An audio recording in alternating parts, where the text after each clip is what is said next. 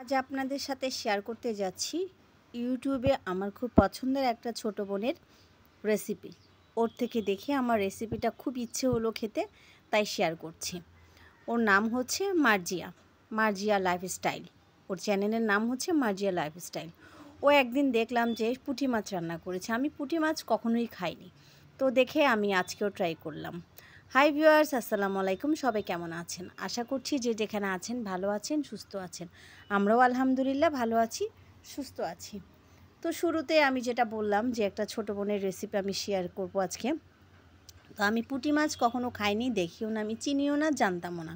তো একদিন যখন আমি ওর রেসিপিটা দেখি আমার খুব ভালো লেগেছে, আর এতটা লোভনীয় মনে হয়েছে তেমন মনে হচ্ছে আমি এখনই খাবো। তো কয়েকদিন আগে আমি ছেলেকে সেন্টার থেকে নিয়ে আসছিলাম, আসার সময় দেখলাম, তখন আমি মাছওয়ালাকে জিজ্ঞেস করলাম এটা কী মাছ, বলে কি আপু এটা সরপুঁটি মাছ।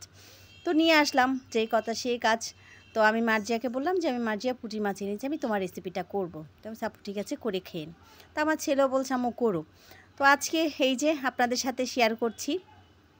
জানি না আমারটা ওর মতো হয়েছে কি না, কারণ ও করেছে হচ্ছে মটরশুঁটি দিয়ে। আমি মটরশুঁটি খাই না, বা আমার বাচ্চারাও খায় না, এই জন্য আমি মটরশুঁটিটা ইউজ করে নিই এখানে। তো প্রথমে তো মাছটা ধুয়ে পরিষ্কার করে নিয়েছি, আর এখানে পেঁয়াজকলি, টমেটো, তারপর পেঁয়াজ, আদা রসুন বাটা, যা যা লাগে আমরা বেসিক্যালি যা যা ইউজ করি, মরিচ, হলুদ, ধনিয়া, জিরা। আমি ধনিয়াটা কম খাই, জিরাটা বেশি খাই, তো আমি জিরাটাই দিই। তো শুরুতে এখানে মাছটা যেহেতু আমি ক্লিন করে নিয়েছি, এটা আমি ভাজিনি আগে আপনাদেরকে দেখানোর জন্য। তো মাছটাতে আমি লবণ হলুদ মাখিয়ে নিচ্ছি, ভালো করে লবণ হলুদ মাখিয়ে। আমি মার্জিয়াকে দেখেছি মাছটা সে প্রথমেই ফ্রাই করে নিয়েছে। আমি অনেকের কাছে শুনেছি পুঁটি মাছ নাকি প্রচুর কাটা হয়, তো যার কারণে আমি পুঁটি মাছ খেতে, আমার বাসায় আসলে কাঁটাওয়ালা মাছ আমি ছাড়া কেউ খায় না। আপনাদের ভাইয়া খুব ভয় পায়, সে আমাকেও খেতে দেয় না, কারণ ও কাঁটাকে খুব ভয় পায়। আর আমার বাচ্চারা খেতে চায় না, আমি বড়টাকে একটু একটু শিখিয়েছি। তো যাই হোক, লবণ হলুদ দিয়ে আমি মাছটা ভালো করে মেখে নিয়েছি। এখন আমি কড়াইতে দিয়ে দিয়েছি তেল। আজকে আমার ভিডিওটা একটু হয়তো দেখতে আপনাদের প্রবলেম হতে পারে, কারণ আমার ক্যামেরা সেট করতে একটু প্রবলেম হয়ে গিয়েছিল। আমার রান্নাঘরটা আসলে বড়, বাট ক্যামেরা রাখার স্পেসটা নাই, একটু অ্যাডজাস্ট করে নেবেন প্লিজ। তো এখানে আমি মাছটা ভাজতে দিয়ে দিয়েছি, এটাকে আমি কড়া করে ফ্রাই করে নেব, একদম কড়া কড়া করে। অবশ্য আমি না খেয়ে কিন্তু ভয়েস দিচ্ছি।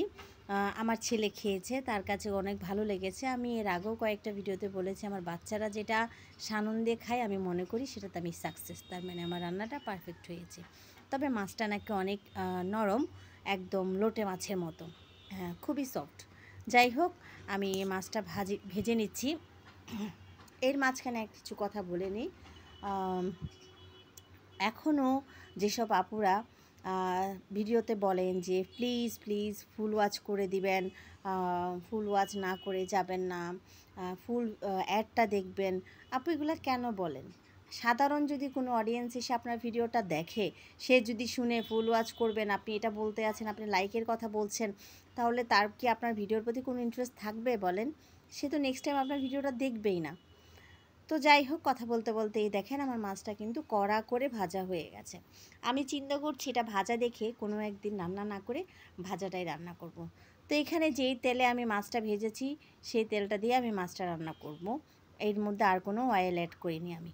তো এখানে দিয়ে দিলাম হচ্ছে প্রথমেই পেঁয়াজ কুচি। পেঁয়াজ কুচিটা আমি ভালো করে একটু নরম করে নিই। আমি প্রত্যেকবার রান্নার আগে, রান্নার শুরুতে পেঁয়াজটা আগে ভেজে নিই, সাথে টমেটো বা যদি আদার্স কিছু দেই তাহলে সেটা দিই। তো পেঁয়াজটাকে ভালো করে নরম করে নিচ্ছি, দেখেন একদম ব্রাউন কালার হয়ে যাবে, একদম নরম হয়ে যাবে। এর মধ্যে দিয়ে দিচ্ছি আমি আদা রসুন বাটা। আদা রসুন কাঁচামরিচ পেঁয়াজ আমি একসাথে ব্লেন্ড করে রাখি, সেই মশলাটাই দিয়ে দিচ্ছি।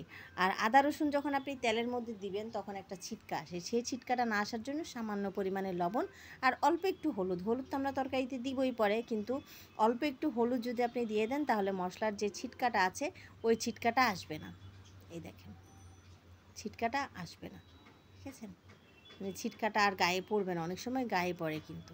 তো এখন এর সাথে আমি দিয়ে দিব হচ্ছে এই যে টমেটো পেঁয়াজকলি, এগুলো দিয়ে আমি একসাথে মশলাটাকে অনেকক্ষণ কষাবো।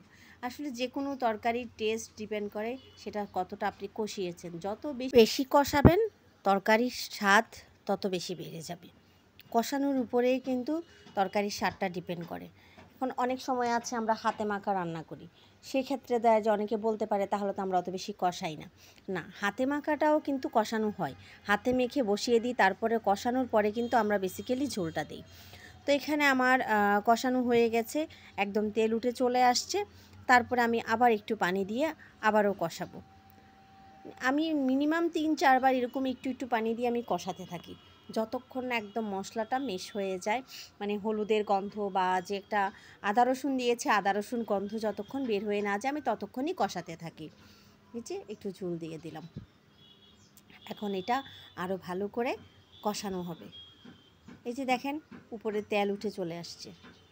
এই যে মাখা মাখা মশলাটা, এটা আমি আমার মায়ের হাতে রান্নার ফিলটা পাই এখানে। আমার মা ঠিক এরকম মশলা উপরে যে কোনো মাছ বা মাংস বলে এরকম মশলা, মাংসটা তো হাতে মাখিয়ে রান্না করতো, মাছটা এরকম মশলার উপরে দিয়ে দিত, আর কোনো ঝোল না।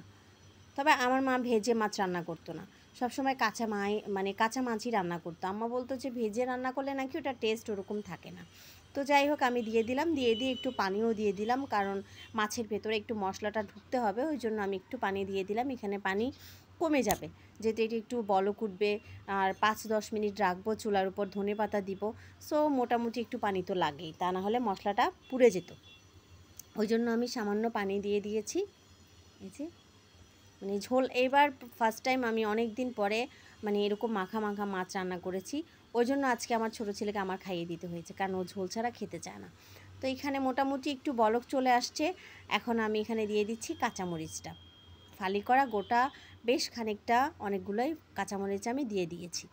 এরপরে দিয়ে দিচ্ছি ধনেপাতা দিয়ে আমি ঢাকা দিয়ে দিব। এটা একদম অল্প মৃদু আছে হতে থাকবে, তখন দেখা যাবে মাছের মধ্যে মশলাটা ঢুকে যাবে, তখন খাওয়ার টেস্টটা আরও বেড়ে যাবে। তো রেসিপিটা কেমন লাগলো একটু কমেন্ট করে জানাবেন, বিশেষ করে মার্জিয়া তুমি জানাবে যে আমি পেরেছি কিনা রান্না করতে।